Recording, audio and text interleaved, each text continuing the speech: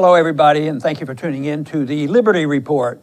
With me today, Daniel McAdams. Daniel, good to see you. Good morning, Dr. Paul. Well, good. It is a good morning. I wish the world goodness and grace and peace, but we'll have to sort it out. Yes. I guess our president wasn't listening carefully to our program because we had suggested rather strongly that this sanction bill wasn't in our best interest. It wasn't making America first, and it was very complex. It looks like the House and the Senate were overwhelmingly in support of, escalating the conflict with Russia. So, but he did go ahead and sign it. He had some reservations, which might be helpful. The argument was there was a slight delay and that Trump has a moral victory because he said that he was holding back for one thing, that he would have the authority to remove the sanctions if he saw fit with Russia. But the deep state people, who generally are very much in charge, said, no, that's way too much authority for the president. So that is the most controversial, and that's the only thing that Trump said he was questioning.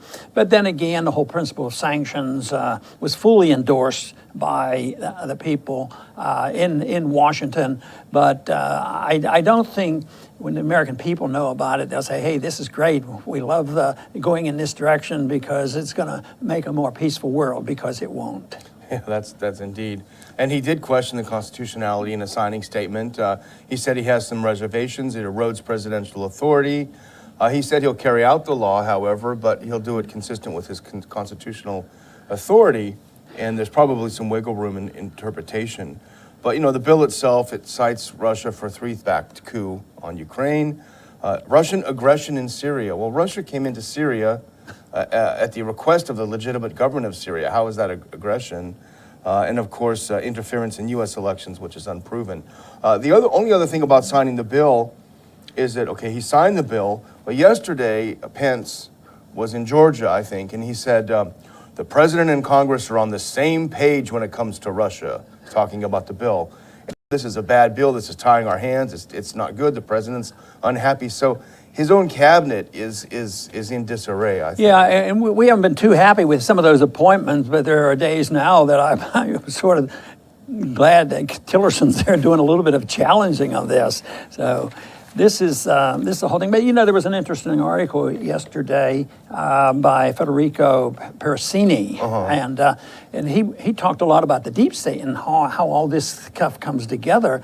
And I found that very fascinating. And of course, he was dealing with this whole subject of what you just mentioned, this conflict and why the sanctions are put out. But I thought he came across pretty objective in this article about how the ducks are lining up and what the ultimate goal is of the deep state, because he really was talking about the deep state here, and he talked about it in a way that he brings it together without claiming, well, I know these 6 individuals are in charge of the deep state. It's not quite like that. Yeah. But it's interesting on the people behind the scenes and out in the open are able to get the Congress to go along, with promoting the conflict. Because I think if there was a hands-off understanding and Trump had his way with Russia, I don't think we'd be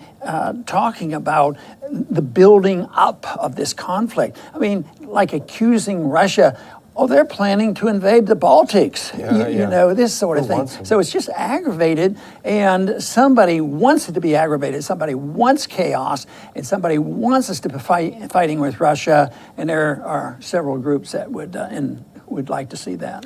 Yeah, and the piece, we noticed it on Zero Hedge, and if someone out there wants to read it, Sabotaging Russia-U.S. Relations for Good is the title, and it really is worth a read. It struck both of our attention this morning, and I think the reason why is because he very succinctly, I think, put things together in a way, as you say, that seems pretty objective. He said 2 things. The deep state tried to sabotage any rapprochement with Russia. The first thing they did was the U.S. bombing of Syrian troops in Deir ez-Zor. And this was under the Obama administration when they first announced a ceasefire, and that blew that up. And he says the second sabotage was the sanctions bill, which has gone through and it was successful. And I think he gives a nice little synopsis of what the deep state wants strategically from the U.S.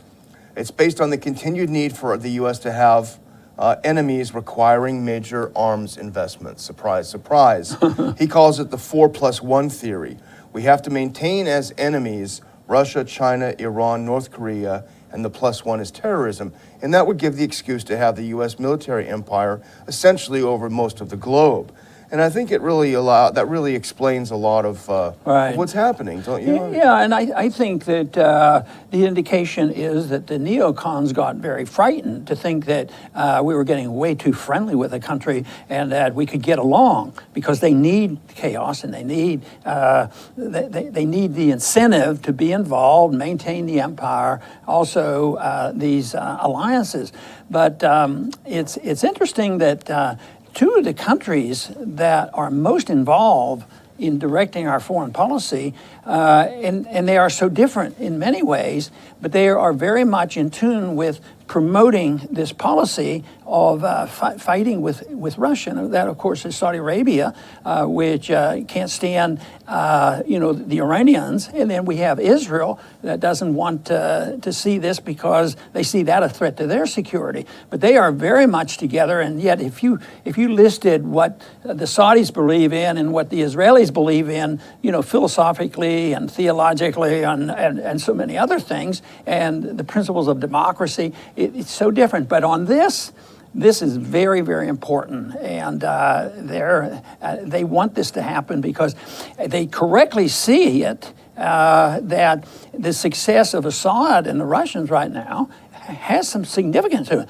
That doesn't mean it's right or wrong, but it's just significant for the neocons because it goes against their plans. And I keep thinking, that so far, most of this thing going on in 15, 18 years has helped the Iranians, and they're supposed to be our big enemies. So it's helping the Iranians, and now, of course, we've known for a long time, even at the beginning of the invasion of Afghanistan, we talked, and they talked about, oil pipelines, how we get gas line into Europe, and I think it's something that looks like the Shia Crescent is a real possibility, and it's building.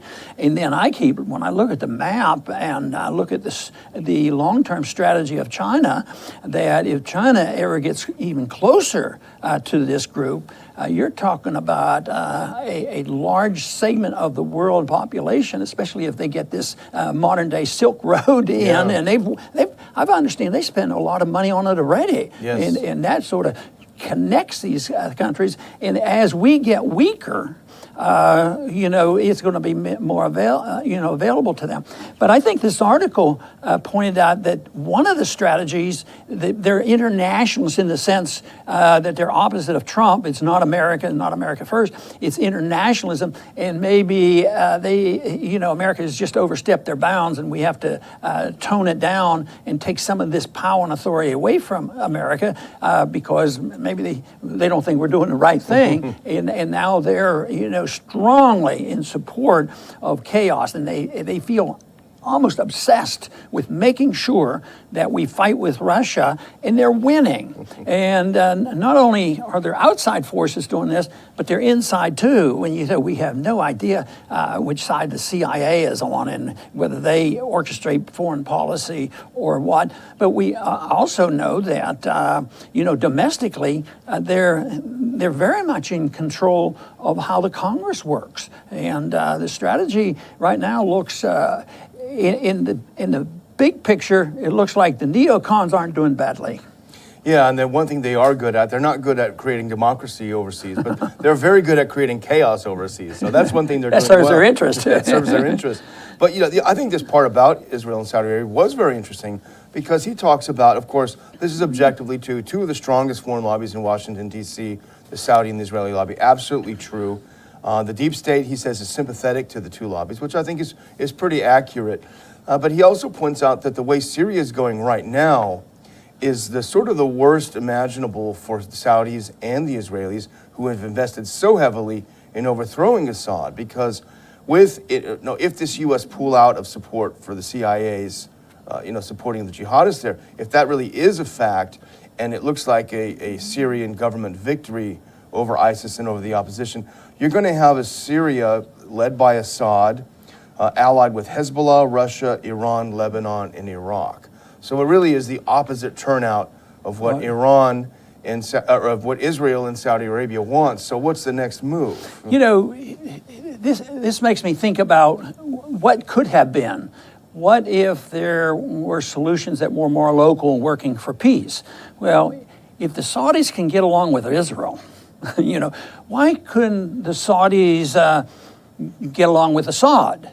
But the reason is, I think, it's Saudis against the Persians.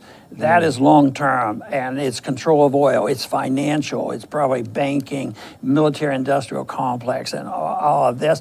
But in theory, you could make the case and said, well, they should be capable, some of these people should be capable of putting up with Assad. It's been done in the past. Wasn't after 9/11, didn't Assad actually offer some troops or support for the? He did help the U.S. Yeah, he did help the U.S. They were offering, and I think Iran did too. They were exchanging some of the radicals, but but still, then we come along, we get Trump, who gives a little bit of hope and a little bit of more independent thinking. So he says, yeah, we should talk to the Russians, but we can't talk to those terrible Iranians. You know, they're the really bad people. Yeah. And his you know, he says, let's talk to the Russians, and then everyone he has, maybe with the exception of Tillerson, is a Russia hater, is virulently anti-Russia for no reason.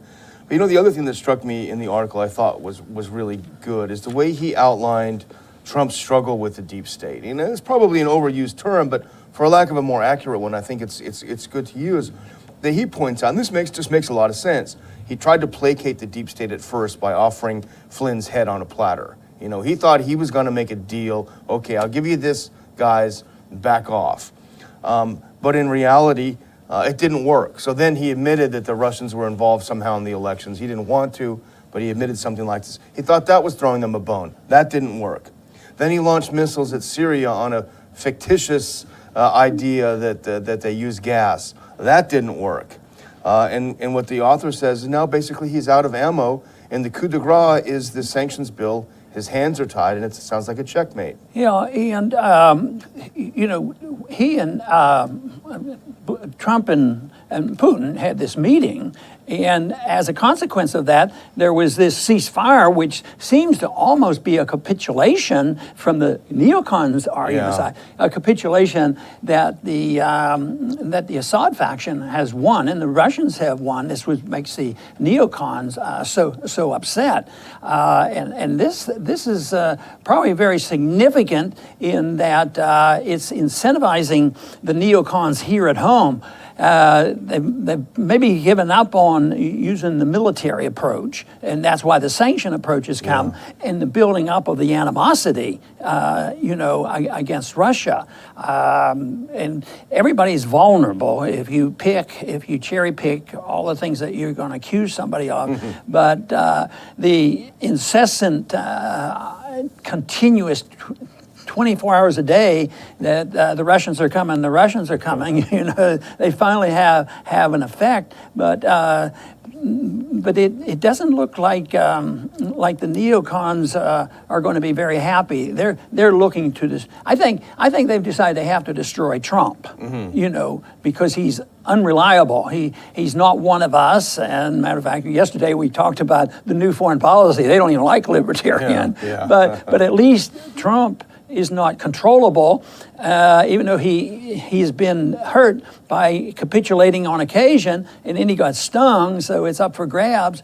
So I think their ultimate goal, of course, is to destroy Trump, and chaos is coming, and who knows what will be the consequence. And the thing that makes it even more difficult for Trump, is that the liberals have aligned with the neocons on this. You know, they are both really together on this idea of pushing the Russia thing to the point where the president, and here are two superpowers that could destroy the earth, and they meet a couple of times on the fringes of this summit, and somehow it's collusion somehow, how dare he meet and talk with this guy? See, that just proves it. It's gone beyond the realm. But you have to expand the definition of liberals. You know, there's a few in the Republican Party, too. So you have the old line party hacks that don't like Trump, anybody but Trump. Yeah. They get along with this and they work with the Democrats now. And of course, there were some people who were delighted, and I have no personal love for any political party, and the Republican Party was not necessarily the vehicle to bring peace and prosperity to this country. So they got together they think they're going to solve the problem this way. But I'll tell you, the Democrats and the Republicans, are the problem, and they may well destroy both parties. The Democrats, it's amazing how they get the attention on the Republicans are falling apart. They did it even before the election. Yeah. The Republicans were on the defensive, and then that happened. But now the Republicans are divided, and you have the Democrats here that they don't know what they stand for because they both stand for a philosophy that doesn't work. Yeah. Then you have the Republicans there doing this, and then they're all outside that. But it's probably Trumpism against those who are coalescing together. All the interventionists, liberals, moderates in the Republican Party, who will work, with the Democrats and socialists and all these other people. Whether it ever gets named a party, I think that's where the power is, and I think that's where the neocons are, and that's why this political chaos in this country is not going to go away. I think as the economy comes down, the blame is going to be there, and I think the Federal Reserve can bring the economy down whenever they want to,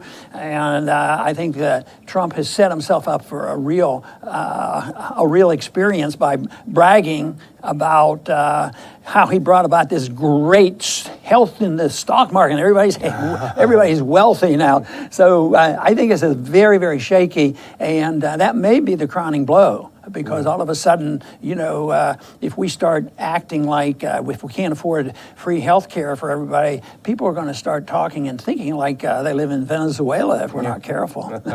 What do you have to say for a summary? Well, I think there's one thing we haven't talked about yet, and I think it is the wild card. We've alluded to it in many shows in the past, and that's polls that have shown the American people are with us, more or less, in the vast majority, opposing war, concerned about war, not liking aggressive foreign policy. I think the American people are the wild card in this. The question is, what will they do? What can they do? How can they keep themselves from being propagandized? It's a big question. Right.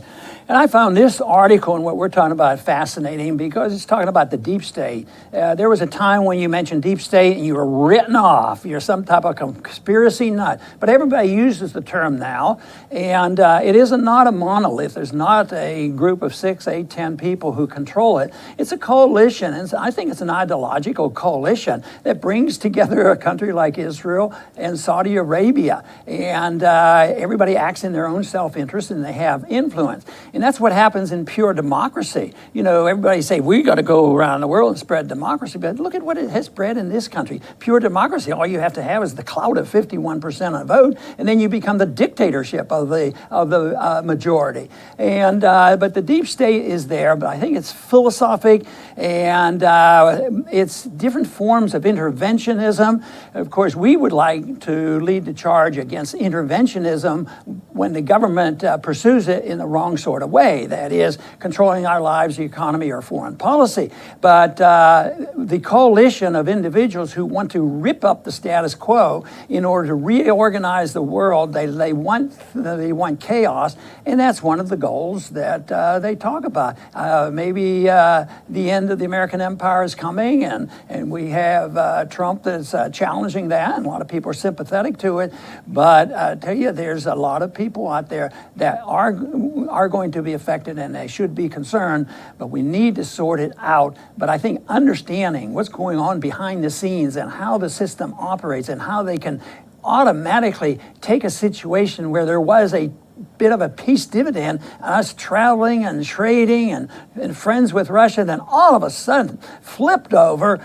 and become a daily occurrence. And I think of the two major incidents was the previous administration. One was the coup in Ukraine, and the other one was Assad has to go. And that is very, very aggressive, and it was done, in a party that was supposed to be less militant. And since that time, we've had nothing but chaos. And all of a sudden, the preaching, the control, the media, and everything else is hate Russia. There's a war coming, and we have to support anything we can do to stop the evil Russians from tearing up the world. And I think that's very misleading. And of course, if we'd stick to our guns about dealing with what's best for America, which means that we ought to have peace and prosperity through a financial system and an economic system that recognizes individual liberty, we would do a lot better off if we could do that. I want to thank everybody for tuning in today to the Liberty Report. Please come back soon.